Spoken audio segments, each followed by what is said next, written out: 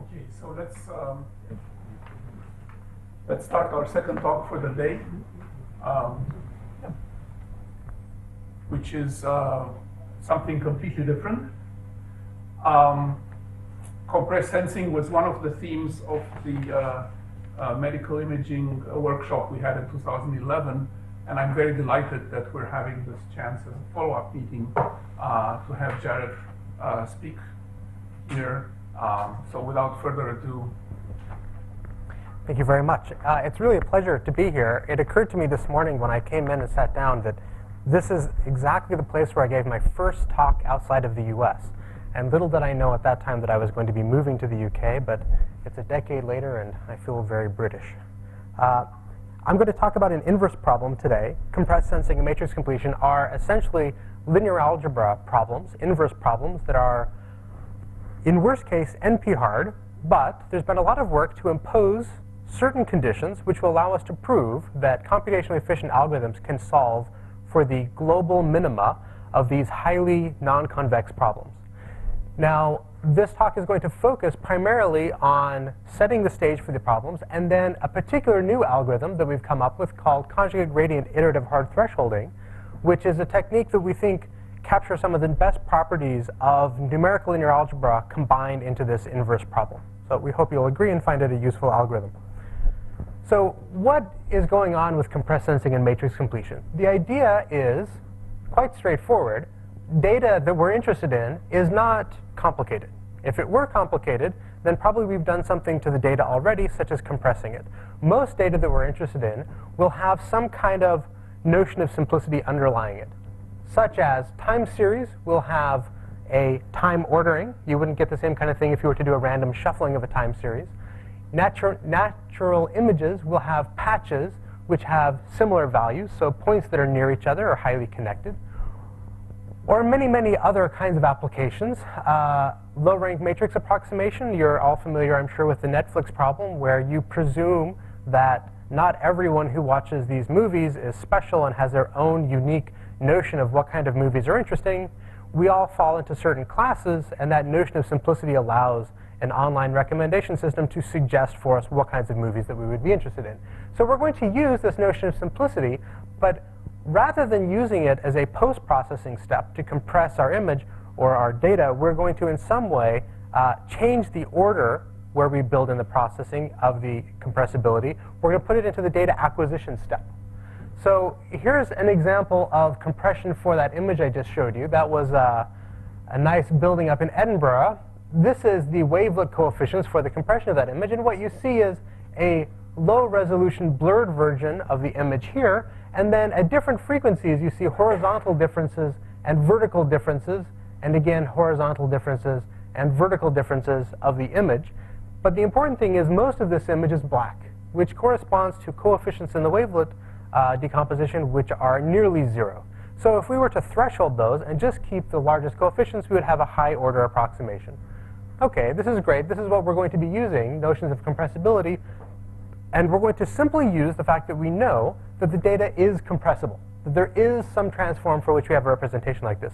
What we're not going to know a priori is where the large non-zero coefficients are. And that's going to be what makes this problem challenging. So here's another notion of compressibility. This is not a notion of compressibility that one would normally do because it's computationally intensive, but it ties in with this second aspect of the talk, which is matrix completion. Here's that original image, but I've simply taken the SVD and I've kept the nearest rank 50 approximation to the image. And you can see that it's a fairly good representation to the image. What's interesting about this approximation to the image as opposed to this approximation to the image, where we used wavelet coefficients, is here we didn't impose our prior notion of what representation was going to be good for the data. We learned a representation. The SVD is coming up with a representation specific to that image and giving you approximation based upon that representation. So matrix completion will allow us to do the same kinds of things as in compressed sensing, except we're not going to impose a particular representation a priori. OK, so many, many applications. I'm sure you've heard some talks on compressed sensing, and lots of people are using it in a variety of interesting places. Essentially, in all of these cases, there's some notion that it's costly to acquire information, so they want to acquire less information and nonetheless still get the kind of signal that you would like out. If it's very easy to acquire information, this is probably not a very useful technique, because you just acquire the information and use your standard techniques.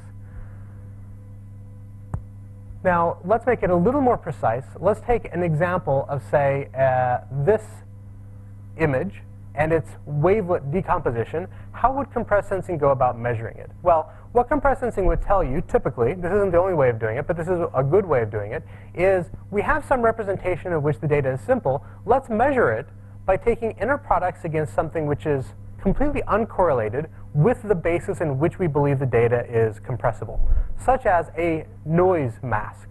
So this image in this domain has some coefficients which are large in places we don't know. We want to feel in this domain where it's large and where it's small. And since we don't know where it's large and where it's small, we need something which is going to be diffuse and is going to interact with all of the wavelet coefficients. So we can imagine this as, here's our image. Think of it as a vector. Here's a transformation, the wavelet transformation phi applied to x. Now it's approximately sparse. We're going to measure this object by applying A to this representation. Now, A is going to be rows of something like this, random Gaussian entries. There is theory that will allow you to do other kinds of things, discrete cosine transforms for medical imaging, sparse matrices if you like expander graphs and you want to reduce computational costs, but the same kind of behavior as you get for dense matrices. And there's a theory accompanying those, but this is the one where it's sort of the most obvious that something good is going to happen. Now, here's an example as to how you can go about doing it. Here's a very early, this is, I think, the first device that was designed specifically to test proof of concept compressed sensing. This was done by Baranook and Kelly in 2006. They had an image they would like to measure. Here's a digital micromirror device. So it has a bunch of mirrors rather than a bunch of photodiodes like you have in a normal camera. The image is going to come in, and it's going to hit these mirrors. And some of the light is going to be focused to a lens, and some of the light is going to be thrown away. The light that's focused to the lens is going to be that image, but multiplied by a mask of zeros and ones. We're then going to sum that with the lens and record the value of the photodiode, and that's our inner product. So this is a mechanical device that's doing exactly what we said in compressed sensing, and each notion of a measurement is a new mask here. Now, this is an example of the device where we have a black background, a white R, and then we use this device to make 2% as many measurements, masks here, as there are pixels, mirrors, which would correspond to the normal kind of measurement process.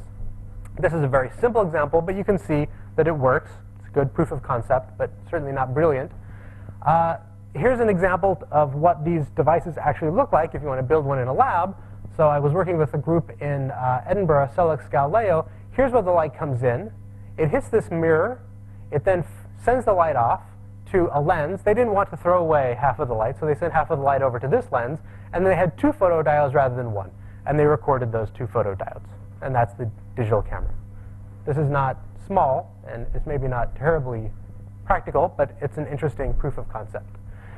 Matrix completion is a similar kind of idea, but we're going to have to learn the representation of which we're measuring the data. So let's say we have a matrix, X, which is an m by n matrix, and its rank is R. Now, it will depend a little bit on this aspect ratio of m over n. Rectangular matrices are going to be harder than square matrices, but the theory will carry through. So there's a parameter gamma, which we're going to, throughout this talk, just treat it as 1. That's the aspect ratio of the matrix, measuring how rectangular it is. Now, we can go and measure this object using compressed sensing-like measurements, which would correspond to taking your matrix that you're interested in measuring and doing dense matrix-matrix products. Come up with p different matrices that have lots of non-zeros in them. multiply each one by the matrix, sum the values, and record that number. Do that p times. Those are your p measurements. This is very similar to kind of compressed sensing kind of idea. Matrix completion, which is what I'm going to use to refer to both that and the case where your matrices that you're doing your inner products with have 1, 1 in one location, everything else is 0. That just corresponds to measuring p entries out of this matrix. So this is where the notion of matrix completion is coming from, although the problem is very similar in many ways. You're simply having some entries of the matrix and you want to fill out the rest. This is a fully discrete problem. Think of it as image inpainting, but we're not going to use a PDE to solve it. Now, this second case is a little harder mathematically to understand. The main reason for this is you can easily construct examples for which this will fail badly. So if you have a rank 1 matrix that has 1, 1 somewhere and everywhere else is 0, the only way you're going to be able to measure it by using these kind of measurements is if you measure all of the entries to find out where it is. Whereas here, it'll take very few measurements and you'll be able to find it. So you'll need a little bit more in this case. You'll need a notion that the singular vectors are not going to be correlated with the rows and columns. So there is an orientation being imposed by low rank, and one does have to be careful about that. So let's do another example. Here's an example in matrix completion. This is an example that was inspired by some work I was doing for DSTL. So any idea what this is an image of? I would presume the answer is no. If you look at the screen where you have better resolution, you can see a little bit more. This is an image that I've taken from Google Satellite, and then I've just thrown away 90% of the pixels and then reconstituted the image. And mostly you see black because most of the pixels have been set to 0. So it's slightly unfair because that's scaling, but nonetheless, it's very difficult to see what's going on. So this is the same image. This is our 10% of the pixels, and this is what our algorithm will give us as our output. This is not brilliant. We don't have very much there. This is a relatively complicated image. Okay, we're getting a little more focus. Now we have 20% of the pixels. Any ideas? Think back to DSTL. Here's 30% of the pixels. This is an airfield, and this is a town called Kabul. I thought it was funny. They didn't find it funny. But anyway, so we've now looked at compressed sensing matrix completion. Let's pose how we're going to solve these problems. If all you're doing is saying, I know that the vector that I'm looking for that satisfies some measurements, here's my measurements y, I've measured it with a, this is my vector x that I want to find. If all I'm imposing is that x has few non-zeros, then it's very easy to say, well, why don't we just go about solving this as a non-convex problem? Let's look for the vector x that has the fewest number of non-zeros, subject to matching my measurements within some tolerance based upon the noise level of our measurements. If you believe they're exact measurements, you can set that to 0. OK, matrix completion, same kind of idea. Look for the thing that has the least rank, subject to satisfying the measurements. The downside to this is you can show that, in general, for A, this will be an NP-hard problem. So we're not going to be able to solve these directly. Or at least that's the case in the worst case. Yeah. I'm embedding the transformation inside the matrix. Otherwise, it's just notational. Yeah. So it turns out there's a growing number of algorithms out there which will allow us to solve these problems. And in fact, you can prove for these algorithms that under certain circumstances, based upon conditions we're going to pose on the measurement matrix A, that you can guarantee that you will be able to solve these non-convex problems for this subset of A in a polynomial order complexity. And you'll be able to do it as well in order as one could possibly hope. Now it's going to become a question about constants, but at least this will give us as good as we can do in order. Now, the most widely studied, and if you've heard talks on matrix completion or compressed sensing, they will probably were talking about things like L1 minimization. Okay, so straightforward way of going about this is to say, look, this is a non-convex problem. I don't want to solve this. This makes me uncomfortable. Why don't we solve for the nearest convex relaxation to the problem, replace counting the number of non-zeros with minimizing the L1 norm, and then if tau is 0, this is just a linear program. And if tau is not, it's a quadratic program, and I can feed these to off-the-shelf optimization algorithms. There's a unique global minima. I can solve this very straightforward. Fine.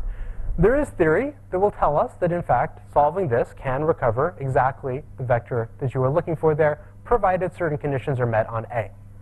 In matrix completion, you would have the same idea. We've got this highly non-convex problem that we don't want to be solving. Let's replace this non-convex objective with its nearest convex relaxation. Let's minimize the nuclear norm, which is the sum of the singular values, which is very reminiscent of minimizing the sum of the absolute value of the entries in X, subject to the measurements. This you can solve via semi-definite programming. It's slow. There aren't good techniques for large-scale semi-definite programming. But again, you have all the existing literature on semi-definite programming. You know you have a global minima, and you can solve this. Okay? And there is, again, theory that we're going to be able to solve this problem and get back the solution to the non-convex problem. So let's give a couple of results along those lines, though that's not the focus of what I'm wanting to talk about. Before we get those results, we have to set up the framework by which we're going to look at what's known as a sampling theorem in compressed sensing. How many measurements do you need, depending on how complicated the signal is? Now, there's two ways that the signal can be complicated. It can be, say, for our vector x that we're wanting to measure in compressed sensing, it can be very long, which means that it's harder to find the locations of where the non-zeros are. And it can have more non-zeros. So this is the signal length, and this is the number of non-zeros. And then our number of measurements will be somewhere in between there. Ideally, what we would like to have is the number of measurements be exactly k. And if someone told you exactly where the non-zeros are, that's what you would do. You would measure those non-zeros, you would be done, everything is great. We're not going to be able to get that. But what you could hope for is that m might be proportional to k. And hopefully with a constant of proportionality that isn't too large, maybe 3, 5, something like that. That would be very nice, especially if it's computationally efficient. Now, it turns out that this is where all of the hard work has gone in compressed sensing and matrix completion over the last few years. We weren't aware of it exactly in the beginning, but this is a very easy kind of result to prove. If you don't mind having your number of measurements be proportional to the information content squared, this is the kind of thing you can teach to your undergraduates in basically in your algebra class using Gershgorn-Gist theorem, that you can solve these problems with your number of measurements being proportional to k squared. So all the heavy lifting is to move this from k squared to being proportional to k. Okay, now, how are we going to contrast these different variables? Well, there's going to be two variables that are going to be floating around throughout the rest of the talk. And they are going to be delta, which is going to be how much undersampling we're doing, the number of measurements compared to the signal length. We would like delta to be small. That would correspond to making fewer measurements compared to the signal length, and we're having an efficient, reduced sampling. Then there's an oversampling operator, which is how many measurements we've made compared to the information complexity.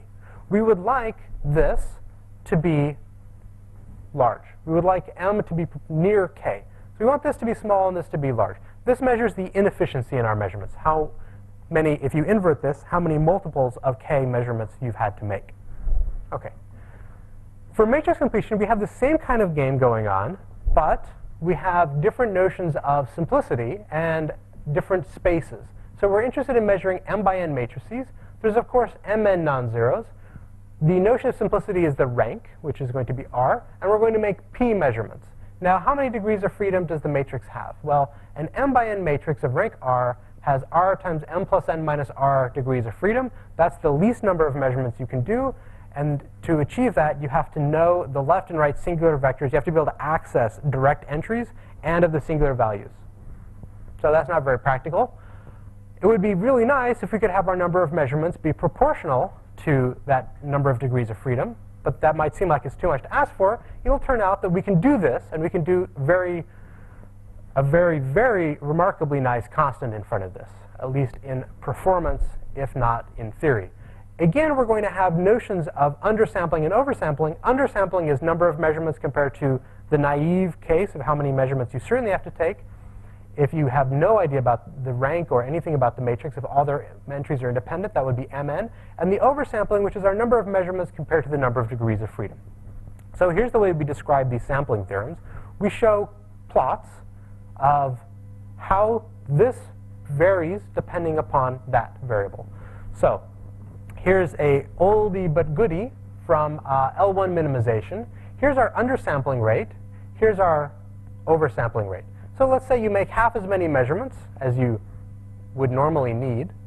Then it turns out there's going to be 3 regions along this slice. There's going to be a region where down here, you're going to be able to prove that with high probability, based upon drawing your A from a Gaussian matrix, that you'll be able to recover any k-sparse vector, even if someone gets to know what A is, they get to know what Y is, and they get to put the K non-zeros wherever they would like.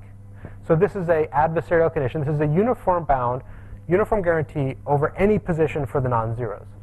This region, it'll tell you that it'll work most of the time. There are configurations of the non-zeros for which solving the L1 problem will not give you the L0 solution, but they're very hard to find. They're exponentially unlikely. They're an exponentially small fraction of the n choose k coefficient distributions that you can choose for which you don't get the correct solution. And then there's a region, when you go above here, for which you simply are not going to get the right value, typically. Most configurations will not give you the solution that you wanted. So we have this nice delineation of you always get recovery, most of the time you get recovery, and you most of the time do not get recovery. This is an asymptotic result. These curves actually, this is the probability of recovery. These curves are actually something which is in finite dimension, near 1, closer, a bit less than 1, and then very close to 0. This is just the asymptotics as we scale things. Similar kinds of things for matrix completion, okay, for nuclear norm minimization.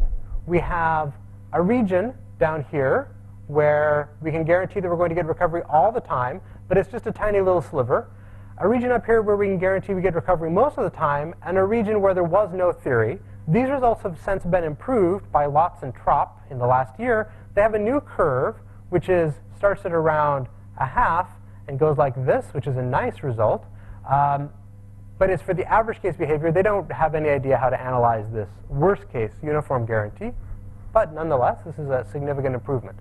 Now, this propensity to take the non-convex problem and look at its nearest convex approximation has caused many people who've been going to compressed sensing talks to think, hey, this whole area is somehow about optimization. And there's a whole lot of optimizers who work in the area. And if you go to optimization conferences, you hear lots of talks on this. I think that's not necessarily the best way to look at this problem. I like to think of it as, this is a linear algebra problem. It started out as a linear algebra problem. Why don't I use linear algebra techniques to go after this problem? So let's see what we can get by taking a linear algebra perspective rather than an optimization perspective. OK, so here's a very simple algorithm by Blumenstoff and Davies in 2009. You'll notice that these are quite recent, these results. Here's their algorithm. We're going to look at the original problem that we wanted to solve, this original highly non-convex problem. Minimize y minus ax subject to x having at most k non-zeros. So how could we go about doing this? Well, we could go about it using a straightforward alternating projection method. Take your current estimate, take a direction of steepest descent for your objective, take some step length, how you choose that is important, get a new estimate. This estimate is not going to be k-sparse anymore, and then threshold it. This h sub k is my hard thresholding operator. It keeps the k largest entries and sets the rest to 0. So we've taken a step to decrease this objective, and then we've projected it back onto the space of k-sparse vectors. Very simple, very straightforward algorithm. Works surprisingly well, but we'll do even better. There have been many variants of this. This idea has caught on. It's a cute idea. So Foucault, who was actually a doctoral student here, for a student of Alexandre Chaudron, he had the idea of, well, why don't we do exactly what we were talking about for NIHT, this algorithm, but once we've taken that hard thresholding, we now believe that we have the correct support set. And rather than just set the entries that we don't believe are correct, that are on the wrong support set, to 0, why don't we take that support set that we think is the correct support set, where the k non-zeros are, and let's solve that system. It's just an overdetermined system of equations, and you can solve it using a pseudo-inverse, a la this. And if you have the correct support set, it gives you exactly the correct answer. Okay? This is an algorithm referred to as HTP. I'm going to use lots of acronyms as we finish off the talk. NIHT, HTP. The techniques have gotten a little crazy. Here's one more step in the direction of, if you like taking descent steps and you like support sets, then you can come up with more complicated algorithms. This is a variant of a technique that was proposed by Milankovitch and Dye and Nadal and Trop essentially at the same time. They're going to take a step, a la NIHT, and then they're going to hard threshold, but they're not necessarily going to just keep the largest k non-zeros. They might keep 2k non-zeros. Okay, fine. Then you believe you have a support set where the entries are, but you used to think you believed you had a support set where the entries were. Well, why don't we take both of them? If maybe we were right before, maybe we weren't, we have a new support set, let's union those. Okay, let's solve a least squares problem, okay, for the non-zeros. Fine, you can do that. Then well, this isn't going to be k-sparse anymore. This is going to be at least alpha k-sparse, possibly alpha plus 1 times k-sparse. So let's truncate it back to being closer to k-sparse. And you can imagine all kinds of variants of these. One of my favorites that's been coming out with recently in terms of complexity is the ALPS versions. So these are dual index class of algorithms. I'm going to just show you one ALPS 2, but of course those numbers 1 and 2 can be changed to get all kinds of different interesting algorithms. Here's one ALPS 2. You don't need to know the details. This was by Sevher and Krylidis in 2011. Here's roughly the idea. For those of you who are from the optimization community or have been watching that community, there's a bit of a buzz about the Nesterov optimal first-order gradient descent techniques. This is taking that approach, which is designed for a convex problem, convex optimization problem, and throwing it at this non-convex problem and hoping it will work. So the theory breaks down, but interesting things you can show. So there's a notion of momentum, a la the Nesterov idea. You take a step, you look at a residual, you find some support sets, you take a step length, you update a residual, you find a new support set, you find a new residual, you find a new step size, you update, yada, yada, yada. Now, the thing that's complicated about this isn't that it has lots of support sets and updates. The thing that's complicated here is this term right here, which uses past supports, not just the prior support, but the one behind it. So you've got this algorithm. Imagine what it's doing. It's essentially trying to find a support set. Once it finds a support set that's the correct support set, it's happy and everything's going to go great. So early on, it's going to be wandering around trying to find that support set. And they're going to keep moving, these support sets. So these are going to be two things which have different support sets, and you're going to be wanting to compare them in some way. And that causes the analysis to be extremely complicated. So these kind of techniques that use past support sets traditionally have worked pretty well, but no one's been able to really prove anything about them. So the technique that we're going to show has the advantage that it has this kind of behavior, that it uses past support sets, but we can also prove things about it. Now, this is not such a complicated algorithm. It'll look more complicated than it really is. This is the algorithm that we've come up with. Conjugate gradient iterative hard thresholding. This is simply saying, why don't we take this problem, treat it as a linear algebra problem, and rather than taking steepest descent approaches, which are known not to work well, replace what we're going to be doing for our updates as a nonlinear restarted conjugate gradient and see if we can prove things about it. Now, this is going to necessarily be using past history, and that's going to make the analysis much more complicated. But we can prove things about this algorithm, and we can prove that this algorithm will have the optimal recovery rate a la L1 minimization. So it's a relatively straightforward algorithm. You look at your residual, and you compare what you thought was the support set last iteration with what you believe the support set is now. If that has changed, if they're not the same, then you're not going to do anything complicated because you don't have real confidence in your current estimate of the support set. So what you're going to do is you're going to just use, you're going to set this parameter to 0, and you're going to update along a search direction, which is going to be your residual direction, which is the same kind of thing that was going on in these other algorithms. However, if your support set has stayed the same, you believe that this might in fact be the right support set, and you will use a more sophisticated technique. It's not highly sophisticated, we're all used to conjugate gradient. We're just going to use a conjugate gradient search direction. This will allow us to get substantially faster asymptotic convergence rates, and it'll turn out it'll do some other things for us. It will actually find the correct support set earlier. We don't exactly know why, but it does. It works very well. So here are some average case results for the behavior of these algorithms. Now, we wanted to understand, when we started this project, what was making these algorithms work well and not work well. And the only way that we were going to be able to get a good grip on these in their actual average case behavior, not their worst case behavior, their average case behavior that you would see if you tried running them, was empirical study. no one has a good method to analyze the average case behavior of these algorithms. We can prove worst case behavior. We can prove uniform guarantees. We get optimal order recovery. The number of measurements proportional to the information content, which is great, but it's with a constant in front that's going to be something horrific, like 10 to the 3, which, if true, would be totally useless. So if we want to get a better handle as to what's going on in practice, we're going to have to try these out. So we developed a software package that allows us to solve large numbers of problems by using massively parallel implementation on fast GPUs. Here's the result of that kind of data. We have many algorithms that we've tested, and this is what we find to be the recovery region for these various algorithms. There's, at the highest region here, there's this algorithm I showed you that had this update, keep a larger support set, shrink to a shorter support set, and moving between different support sets. It seems to be higher due to doing that, using larger and smaller support sets.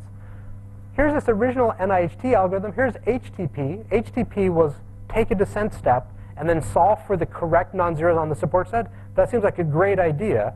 The only problem is both, how are you going to do that efficiently? Well, you would use conjugate gradient, but that's fine. But also, it's driving you to the local minima on a support set very, very far down that local minima. And then it's very hard to get out of that local minima, because these are highly non-convex problems. And it turns out that will cause the phase transition to be lower. So this is not necessarily a good idea. You don't want to be driving your solution all the way down when you don't believe that that's the correct support set. Then we have this algorithm, conjugate gradient integer hard thresholding, that I just showed you, and this variant, which is what's called restarted. That's what I actually showed you. This version that behaves just like the other one is an algorithm where we just don't check anything.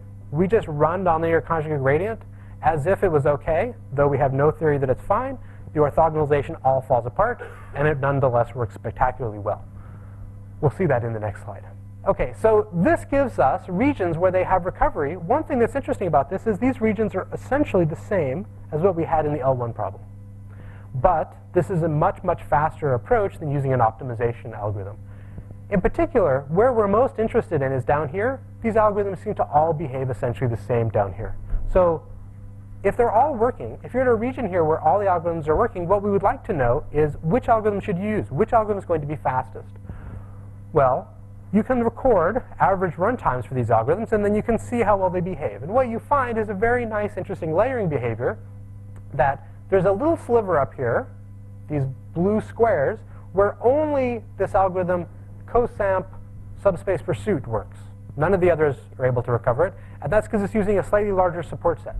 Once you then go slightly below that region, or having your delta be a little bit less, then it turns out that these conjugate gradient algorithms are fastest.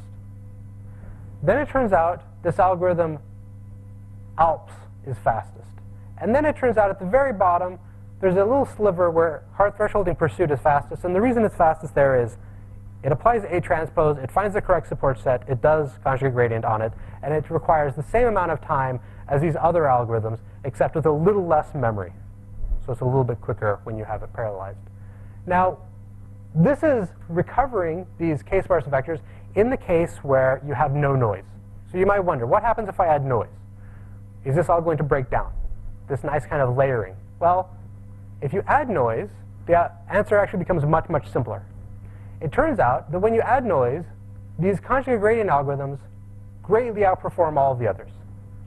The reason for that is when you have these algorithms that are doing too much work on a support set which it thinks is correct, it's not disastrous when the data that you're given is extremely clean, but when you add noise to it and you keep reprojecting that noise, you start bouncing around between strange local minima, and you get this cyclic behavior where you keep moving between points that have different support sets, but the non-zero patterns are converging on those support sets, and the algorithm will not converge. Whereas the conjugate gradient doesn't have that behavior. OK. Now, how can one prove results? Rather than average case behavior and how this works in practice, let's try to go back to some theory. Let's prove some things about this. Well, for these non-convex algorithms, there's only really one way that we know how to analyze them, and that is via the restricted isometry property. And what we're imposing here is a measure as to how much energy in the L2 norm the measurements AX have compared to the k-sparse vector X. So these are upper and lower bounds on the energy preservation for how A acts on k-sparse vectors.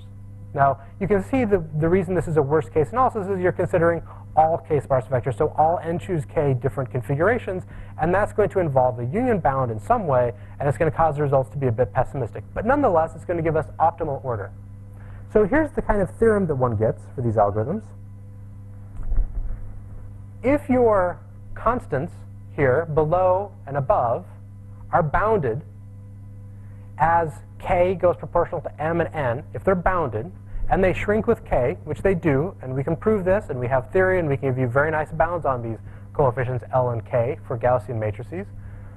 We can give you bounds for other matrices as well, including discrete cosine transforms. Then this will, for small enough k, but k still proportional to m, it will be less than 1, and you will get an optimal order of recovery. Your number of measurements will be a constant times k for any value of m and n, for any delta. And then what you'll get is a contraction. You'll find that your approximates converge to the true solution with some constant, which is less than 1, that gets driven to 0. We can give you formulas for this kind of thing, and then something which depends on the additive error here. So if you have no additive error, you can be driven with an arbitrary precision of the correct solution, the k-sparse solution that you measured. And otherwise, you get within a constant of proportionality to the energy level, which is what one would expect. Now, the proof for this, we don't have much time, so I'll skip it. It's a la the normal kind of conjugate gradient kinds of things. Now, one can take all of these ideas that we've discussed for compressed sensing and port them over to matrix completion. You can take essentially any good idea in compressed sensing and write it as a good idea in matrix completion. The slight complication is that you lose one of the discrete natures of the problem. In matrix completion, you are working on this manifold of rank R matrices. And in every iteration where you're going to update, you're going to end up with a different singular space. Your left and right singular vectors are going to change, and the singular space that you're working on will change. Whereas before we had a discrete problem where you had a support set. And if you were on a support set and it didn't change, it was clear that you could do conjugate gradient. Here you're on a nonlinear manifold, and one has to be a little more careful, but nonetheless one can do that. If one is just careful about what one is doing and required that you stay on the manifold at the appropriate moments, then one can in fact do that. Now, here's an interesting thing. Here's essentially where we'll conclude. Here's an interesting aspect of matrix completion. These are these recovery regions for doing matrix completion. Here's our undersampling ratio. Here's our oversampling ratio. We would like to be as far up in this corner as possible. This is where it's easy. You have almost all the measurements, and the rank is small, and would like to be up here. This is the recovery region that is observed for solving the nuclear norm minimization, the convex relaxation. And this is, in fact, very close to what the theory predicts. And the theory, in fact, tells you that when you go above this, it is going to not converge. You are not going to get the solution. So this is an accurate representation of what one will, in fact, get. And you will not be able to push that up because the problems are not the same. But if you go after these non-convex problems, we get regions which are much higher. This is a very simple algorithm. This is essentially the NIHT algorithm we had before. Surprisingly, here, even with our number of measurements being a tenth, as many pixels as there are, we're able to have our number of measurements p be something like 1.1 times the number of degrees of freedom, the inverse of about 0.85, which is surprisingly good. And in fact, extending these ideas to entry sensing, we can solve bigger problems. We see a similar kind of things, but if we go to more accelerated algorithms, we can charge after larger problems. And what we see is an interesting behavior. Let me go back on one slide. Notice this curve here is around 0.9. Now it's about 0.95. It's a little higher. The reason it's higher is we've increased the problem size. An interesting phenomenon that we've observed is not only are we able to get very close to the minimum number of degrees of freedom, number of measurements, but this curve seems to go up.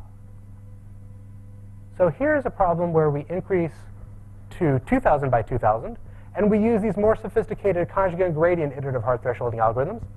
Now we're uniformly above 0.9. We never find a matrix down here that we can't recover. Now this region, when I say down here we couldn't find one that we couldn't recover, we would do many various values, many stripes here in this domain, and we would do 100 tests in every instance, and below these curves we never, ever, ever found a failure. We never found an instance we couldn't recover. The reason for this algorithm CGIHT seeming to work better is it appears that the only reason matrix completion for these non-convex problems does not give you recovery is because they become too slow. And that in the algorithm, you have some kind of stopping condition that says, if you're converging too slowly, you're not getting anywhere, and stop. And conjugate gradient iterative thresholding will have a faster convergence rate, which will allow you to tolerate the slow convergence to a larger rank. It seems, so here's the convergence rate. We're going up. We're getting higher and higher and higher for the number of degrees of freedom. And at some point, it gets so close to 1, it's converging so slowly, though it seems to still be slow converging, that we just stop it. But as far as we can tell, it seems like these algorithms for matrix completion will allow you to recover asymptotically from the number of measurements being exactly the number of degrees of freedom, not even a constant multiple worse. And with that, we'll end. All right. Thank you.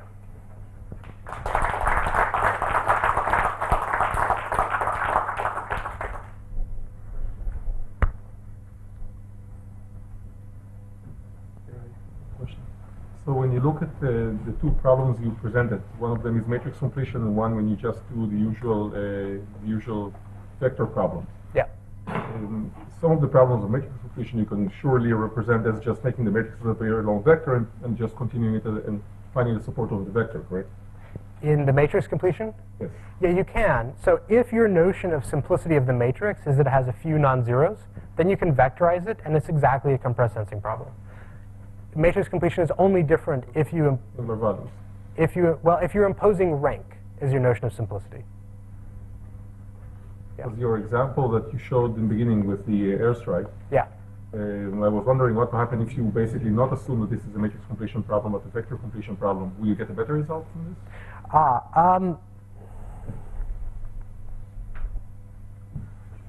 I'm not sure. I haven't tried it. So you would impose something like standard Dabashi wavelet compression and go after it that way.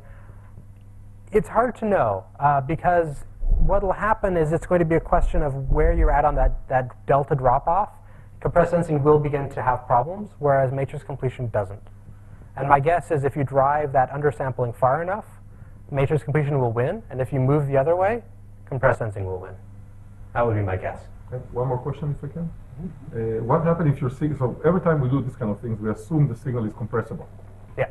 What happens if the signal is not compressible? So you thought that it will be because the data arrive from real life, but it's not. It depends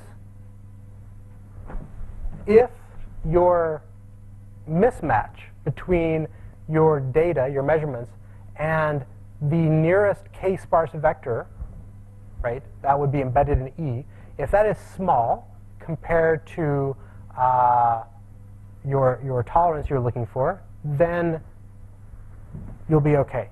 So that's not exactly compressible. I think maybe you're pointing to what if E isn't small.